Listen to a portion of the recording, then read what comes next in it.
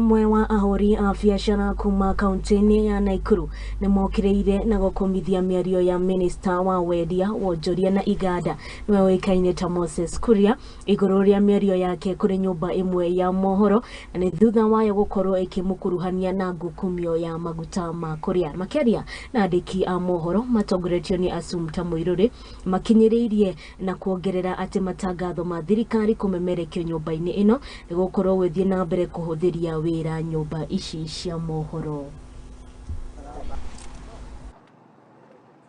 Naitwa Assumpta wa Muiruri. Sisi kama wale watu anaakilisha wa biashara tumekerwa sana na matamshi yake mbovu. Matamshi yake yale ambayo hayana kipimo.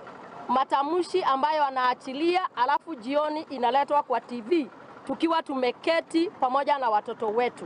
Hayo sio matamshi ya kiongozi wa kitaifa. Hayo sio matamshi ya mtu ambaye anasimamia idara kubwa ya wanabiashara.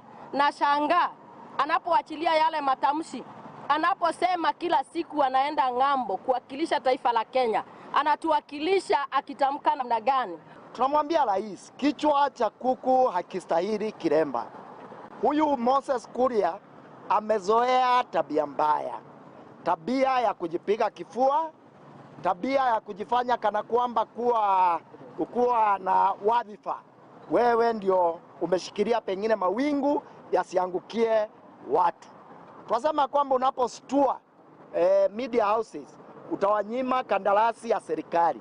Tunauliza hii serikali kweli tulipoambiwa kwamba ina share aina fulani na kwamba waweka hisa ni watu kama kina Moses Kuria, yamkini ni kweli. Wanafaa kujua kuanzia chini kila kitu inatendeka pale.